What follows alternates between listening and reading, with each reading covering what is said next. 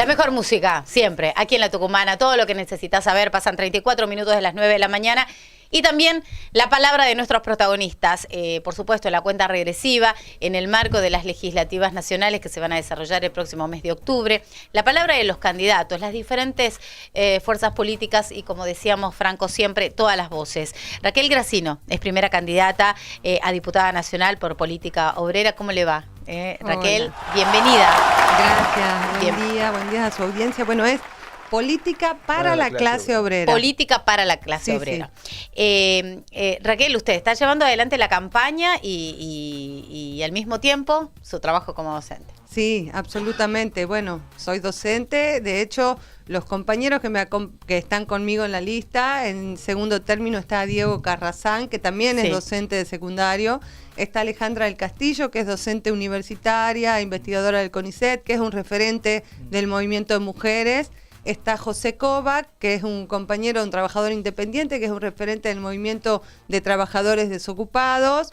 Marcela López, también referente del sector de los desocupados. Y tenemos a Raúl Barrio Nuevo, que es del sector de la salud. Y Florencia Costilla, también trabajadora independiente. Una de las pocas listas encabezadas por mujeres. Incluso dentro de en la izquierda, no sé si todas las listas en todo el país, pero no son muchos los casos donde la lista la encabecen mujeres. Ajá, ¿no? Mire, qué llamativo, porque las mujeres estamos a la cabeza de un montón de cosas ahora. Pero sí, bueno, me tocó a mí, me han honrado con ser candidata en primer término. Es una postura política, ¿no? Sí. Que encabece una mujer, que la mujer sea la que encabece la lista. Sí, bueno, hacemos nuestros debates para ver qué compañero es el que va a ocupar esos lugares, se hace un plenario dentro del partido, se hace una elección, que tiene que ver más también con la participación activa en las luchas que vamos teniendo. De hecho, todos los que estamos en la lista somos referentes, además de trabajadores, luchadores, bueno, de los sectores autoconvocados, de la universidad, etcétera.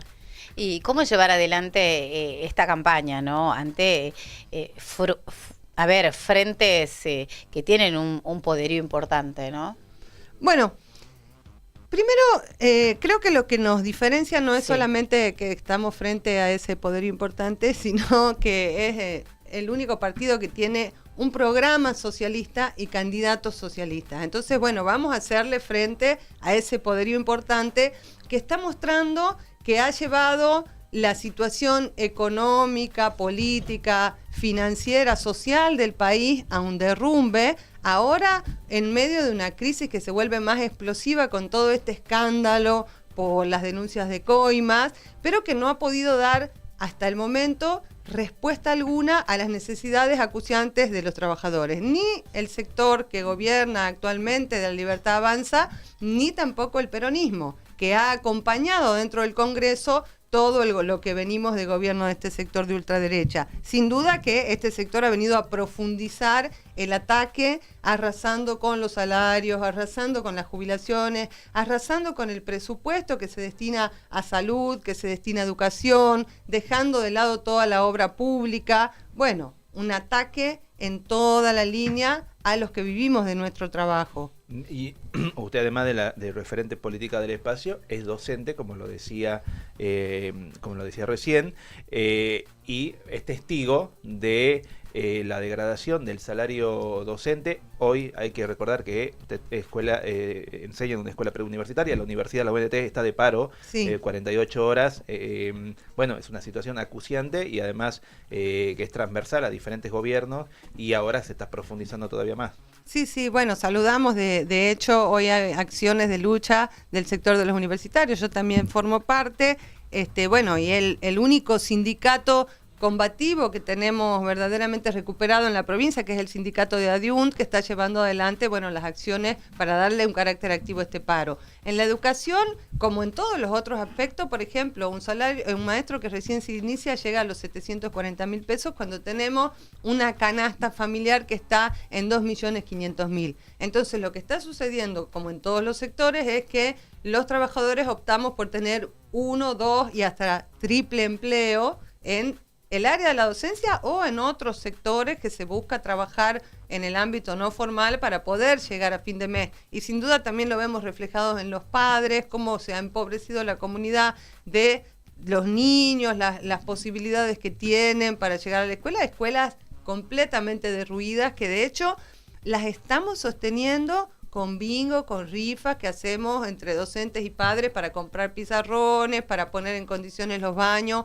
porque el gobierno no ha invertido, bueno, el ajuste se evidencia en el derrumbe, no solo de los salarios, sino también de todo lo que es la infraestructura, claro, en las escuelas públicas y también en la universidad. Usted, bueno, aspira por supuesto a una banca en el Congreso de la Nación. ¿Cómo ha visto el rol de los representantes de los parlamentarios nacionales tucumanos en estos últimos tiempos en el Congreso, sobre todo en estos casi 2 años, ¿no? Algunos de ellos ya también con aspiraciones de renovar la banca. Bueno, hemos visto que todo el gobierno provincial en su momento incluso formó este bloque Independencia que llamó a su parte a votar todo lo que Milei pidiera y hoy se tratan de mostrar como opositores. Otro sector que no acompañó ese bloque, pero que nosotros denunciamos, todo el Congreso ha acompañado el ajuste. En su momento le dieron todos los poderes, se votó la ley base, se le ha permitido que toda ley que no viniera del lado mileísta fuera vetada.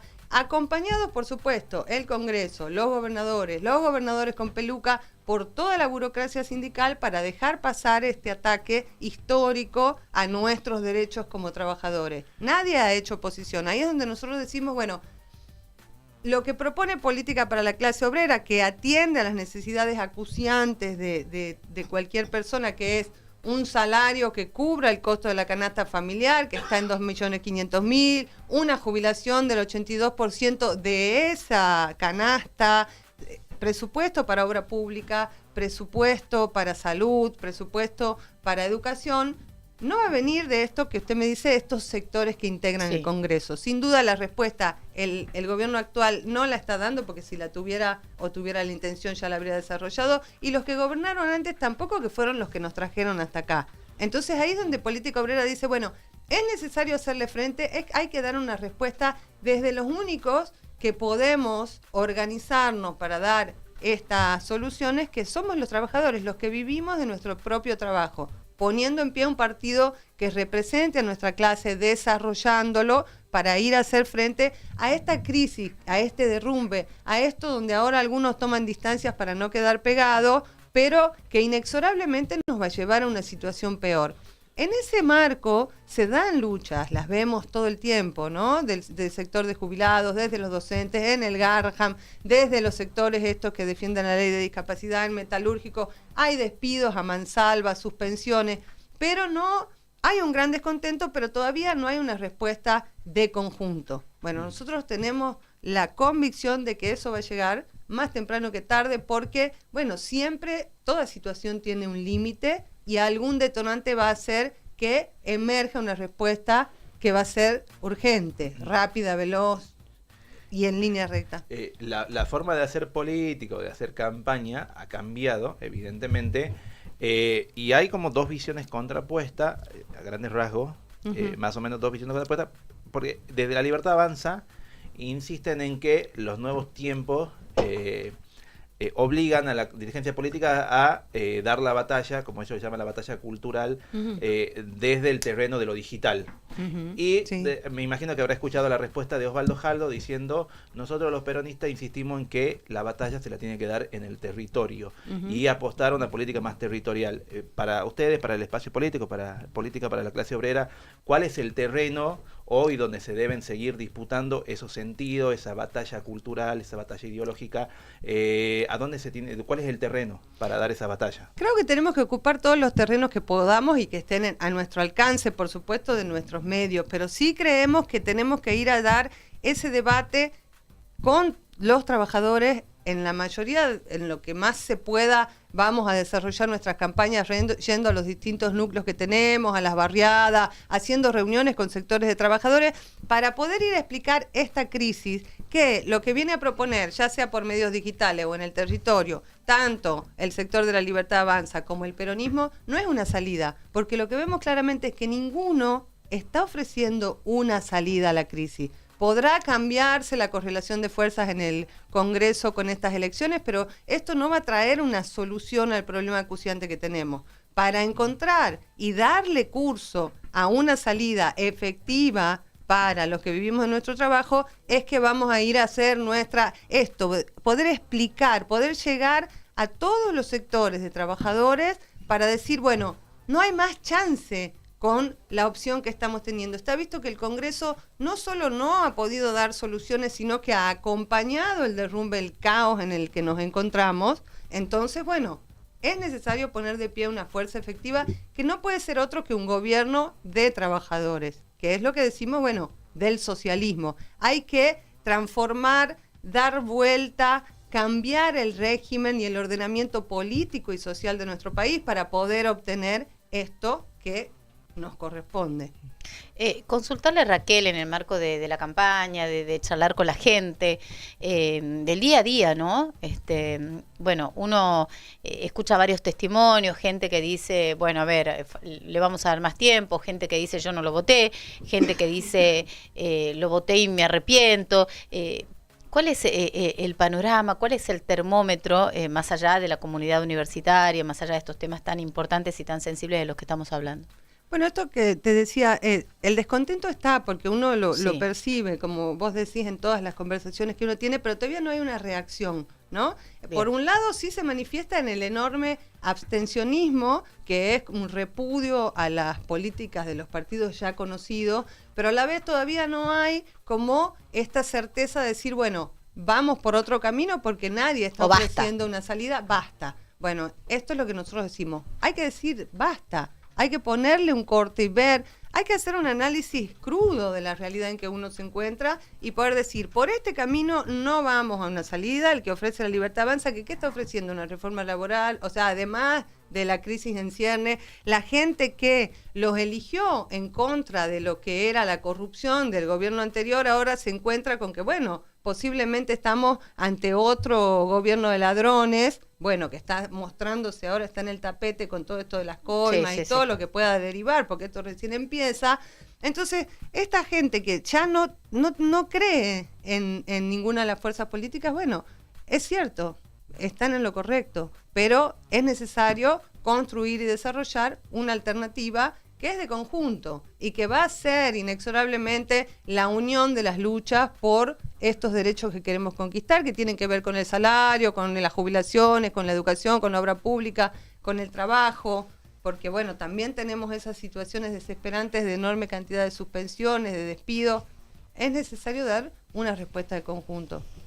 Además, consultarle, más allá de por supuesto, de la campaña, ¿cuál es su mirada con respecto a esta nueva manera de votar que vamos a tener ahora los argentinos aquí en Tucumán, la boleta única de papel? ¿Qué mirada tienen ustedes de la política para la clase obrera? Bueno, va a ser necesario que sigamos teniendo nuestros fiscales en el cuarto oscuro, porque yo me pregunto, en algún lugar lejano donde esté el de la Libertad Avanza y el peronista contando las boletas, Sí. ¿Entrará la boleta de política para la clase obrera? ¿Estará en el conteo? ¿Cree que falta capacitación todavía para la gente? ¿Cree que es el momento? Y sí, falta capacitación, porque nadie conoce efectivamente cómo va a ser. Ayer hablábamos incluso en la escuela con las docentes, bueno, Sí. ¿cómo será? ¿Cómo va a ser? ¿Cómo es esa boleta? Nadie la ha visto todavía. Entonces, bueno, falta instrucción, suponemos que uno se va a guiar por la foto, por las palabras, por los colores, pero bueno, todo eso va a traer enormes confusiones. Vamos a ver. ¿Cree que es necesaria la reforma electoral que se había prometido y que finalmente no se ha dado por lo menos este año? Era una promesa del gobierno. ¿Soluciona, es un parche, soluciona de forma estructural el sistema de votación, No. del sistema electoral? No soluciona, porque todo este sistema funciona con un objetivo final de sectores que tienen el poder político, económico, sobre todo el país, ¿no es cierto? Entonces, no es un sistema claro, democrático, donde uno vaya a alcanzar, porque finalmente los candidatos que tenemos vemos qué representan, qué intereses representan. Ahora con todos los candidatos testimoniales que tenemos acá en Tucumán, ya es todo está podrido. todo está carcomido y corrupto. Nosotros necesitamos, esto es lo que decimos, una reforma estructural completa de todo el régimen social y político, incluso de la cuestión de lo que son las elecciones. ¿Qué análisis hace ya desde lo personal, o me imagino de lo personal, pero también me imagino que se debate puertas adentro en cada espacio político, este desencanto por un lado de los jóvenes en la política, o en la política como la conocíamos hasta hace algunos años, y este enamoramiento con este sistema de gobierno que lo deja a los padres sin laburo, que reprime jubilados, que recorta terapia a los chicos con discapacidad? ¿Por qué esa forma de hacer política genera enamoramiento en algunos jóvenes? ¿Qué análisis hacen? ¿Qué habrá pasado en el medio para que se rompa ese contrato social? Bueno, no sé si enamoramiento en los jóvenes, ni tampoco en todos los jóvenes, no hay los jóvenes, ¿no? Hay jóvenes y jóvenes, hay distintos jóvenes. Pero, como usted dice, estos jóvenes son hijos de trabajadores. Estos jóvenes han visto a sus padres desangrarse durante años y jubilarse con la mínima y no llegar a fin de mes. Estos jóvenes repudian todo lo que ha sido la corrupción anterior y en su momento le han dado una oportunidad porque, bueno, había un discurso de que vamos a ir contra la casta, contra la corrupción, contra esto que, bueno, todo joven tiene sus ideales. Yo tengo profunda confianza en la juventud, tengo estudiantes jóvenes y ellos sí abrigan la ilusión de tener una vida mejor, una sociedad más justa y todo lo que hemos tenido de jóvenes y algunos lo seguimos conservando. Pero bueno, han visto esto. Ellos han sido víctimas de todo lo que es la reforma laboral desde antes y ahora la padecen porque son contratados por hora, son contratados, ninguno tiene un contrato efectivo, no creen en la posibilidad de jubilarse, no tienen un empleo seguro. Bueno, están absolutamente decepcionados, repudian lo anterior y ahora vamos a ver qué pasa con todo esto nuevo que está aconteciendo, ¿no? Bueno, habrá sectores que seguirán fanatizados, sabemos que hay sectores que son rentados también, pero hay que ver esa crisis. También vamos a ir a abrir esos debates con los jóvenes, que de hecho los estamos debatiendo en las universidades por la cantidad de deserción. Es increíble, es aberrante la cantidad de jóvenes que han tenido que dejar de estudiar porque no pueden sostener económicamente esos estudios. También consultarle, bueno, ya que hablamos de los jóvenes, ¿no? Porque también marca tal vez un parámetro esto, ¿no? La voluntad de los jóvenes a la hora de votar. ¿Qué franja, cuáles son las edades de los chicos que usted enseña? Yo tengo secundaria y terciario. O sea, yo trabajo en primario, sí, triple empleo, sí, primario, secundario y terciario. Bueno, o sea, ya tiene chicos que ya votan. Sí, sí, hay chicos que ya votan, sí. Bueno, y en general, yo me imagino que es bastante heterogéneo esto, hay distintas opiniones, pero en general, ¿qué escucha usted de los jóvenes? ¿Están vinculados con algún partido, con alguna forma de gobierno, o directamente no les importa? No, sí, están interesados. Bueno, de hecho yo estoy en la secundaria de una escuela preuniversitaria donde hay un centro de estudiantes y dentro, nosotros hay en la escuela jóvenes libertarios. A mí lo que me pareció muy llamativo es que en una de los últimos paros, en la semana pasada, que hacíamos además una acción, porque era el joven libertario, él era orgulloso de ello. Viva la libertad. Fue el que vino a acompañar la protesta, claro, porque se está derrumbando nuestra escuela. Yo estoy en Bellas Artes, no tenemos aulas, no tenemos pizarrones, no tenemos clases muchas veces porque se suspende, porque no hay dónde, faltan, todo, como en las escuelas públicas. Y después en el sector del terciario también hay una situación, una mirada muy crítica de lo que está aconteciendo. Pero bueno, también está esta situación alienante de muchos de ellos trabajan y estudian, incluso en la secundaria, del día a día, ¿no? Ahí es donde estamos empezando también a abrir estos debates, no yo como desde la cuestión política, sino como docentes y como adultos poder empezar a ver estas problemáticas que también se reflejan en las cuestiones de bullying, de las que no somos ajenos. Bueno, hay como este individualismo exacerbado. Bueno, hay que volver a tejer esas redes, esos lazos y poder hablar de estas cuestiones, a lo cual el gobierno ataca, ¿no? Como adoctrinamiento, ahora ya no se puede hablar más de nada en las escuelas. Bueno, no, seguimos conservando esos espacios de debate y ellos hacen un ejercicio político de su ciudadanía estudiantil en los centros de estudiantes, están siendo convocados a participar de las acciones de lucha. Es buena la mirada, ¿no? La de una docente que está muy, muy cerca de los chicos, porque hemos escuchado mucho en este último tiempo que, bueno, que no les importa. Están solos los chicos. Hace décadas que nuestros hijos están solos porque nosotros trabajamos desde el amanecer hasta la noche. Uno acompaña, uno trata de estar presente, hace los debates, pero se están abriendo caminos solos en muchas familias que, bueno, los padres no podemos estar, ¿no? Imagino que también es profundamente angustiante pensar, digo, cuando chocan dos generaciones diferentes, los jóvenes de mi generación, en su mayoría, no tienen esperanza de comprarse en algún momento una casa, no tienen esperanza de tener un trabajo registrado. Digo, piensan en, bueno, mis posibilidades son muy acotadas, tengo que pedalear en un delivery, o tengo que ser cuentapropista, o poner un emprendimiento, vivir alquilando. Es como antes se podía pensar tal vez o proyectar un futuro a mediano plazo. Ahora los jóvenes no tienen mucha perspectiva de futuro y como la política no le está ofreciendo tampoco demasiadas posibilidades. Bueno, no tienen posibilidad de proyectarse, sí tienen perspectiva de futuro, ¿no? Porque la crisis que nos atraviesa no es solo Argentina, sabemos que hay una crisis internacional, está visto que este sistema, y en esto sí le damos la razón a los jóvenes, este sistema está podrido, ¿no? El capitalismo ha dado cuenta que no puede dar respuesta a las problemáticas y a las grandes contradicciones que se han ido desarrollando, acude solamente a la barbarie, como lo vemos a través de la guerra, con la masacre que se está llevando adelante, el genocidio del pueblo palestino, no tiene recursos ya para dar respuestas a las necesidades, es verdad, ellos pueden no tener una perspectiva porque es difícil desarrollarla, pero sí tienen una opción, y eso es lo que tenemos, creo, como responsabilidad los adultos de mostrarle a los futuros adultos, los que van a ser los futuros gobernantes,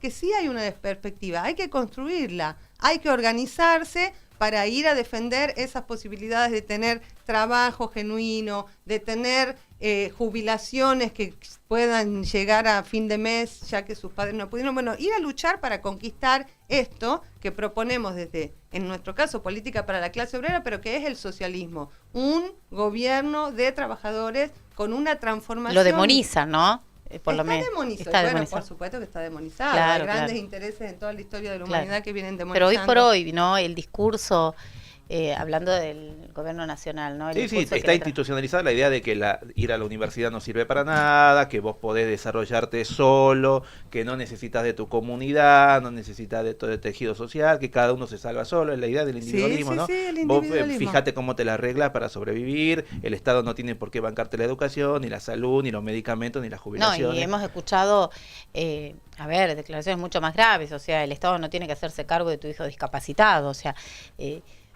discursos mucho más crueles, ¿no? Que van más allá de la falta de empatía. Sí. Esto de, evidentemente hay un contrato social que se ha roto, se ha degradado el tejido social, se ha polarizado y los discursos son virulentos y además, que lo más grave, lo que debatimos hoy en el primer bloque del programa, que está institucionalizándose esa idea de el sálvese quien pueda.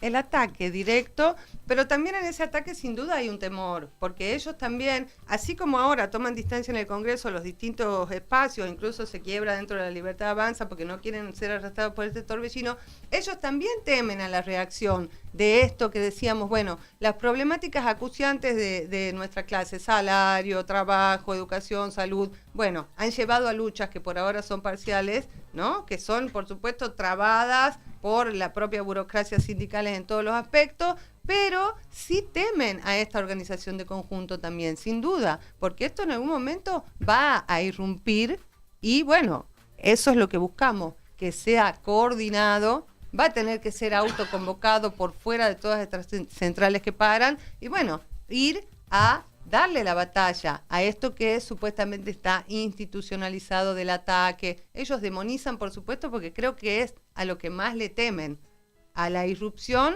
organizada de los trabajadores que vayamos por lo nuestro, que es lo mismo para mí, para usted, por y por todos los que estamos en los distintos ámbitos de trabajo, sea docente, sea médico, todos vamos por las mismas necesidades. Entonces, bueno, el día que logremos... Podemos tener la fortuna de tener trabajo hoy por hoy. Tenemos la fortuna de hoy por ahora. Veremos el mes que viene, porque todos estamos también en esa condición, ¿no? De ser trabajador formal, informal, ¿no? Pero bueno, la perspectiva tampoco no es vivir atado a la suerte, sino desarrollar y decir, bueno, voy en este rumbo, en transformar todo esto. Cuando veo que todo es lo que hay que transformarlo, obviamente yo sola no voy a poder hacerlo. Por eso es que Política Obrera propone, bueno, esta coordinación, esta discusión, este desarrollo de un partido que efectivamente sea de los trabajadores, un gobierno que sea de los trabajadores, que es el único que va a poder atender a las necesidades de los trabajadores y no a las necesidades de las grandes empresas, como bueno, todo lo que está ocurriendo hace décadas. Raquel, le agradecemos mucho. Bueno, gracias a ustedes por este espacio, porque sí, bueno, también nos viene muy bien en esto de poder difundir, dar a conocer y desde ya llamar a que, bueno, hagamos todas las reuniones que sean necesarias para debatir la perspectiva de una salida que tiene que ser socialista. Bueno, muchas gracias nuevamente, que tenga un buen día. Raquel Gracino es primera candidata a diputada nacional por Política para la Clase Obrera. Todas las voces, como siempre, en la Tucumana de mañana. 10 en punto, pausa, ya venimos. ¿Estás escuchando?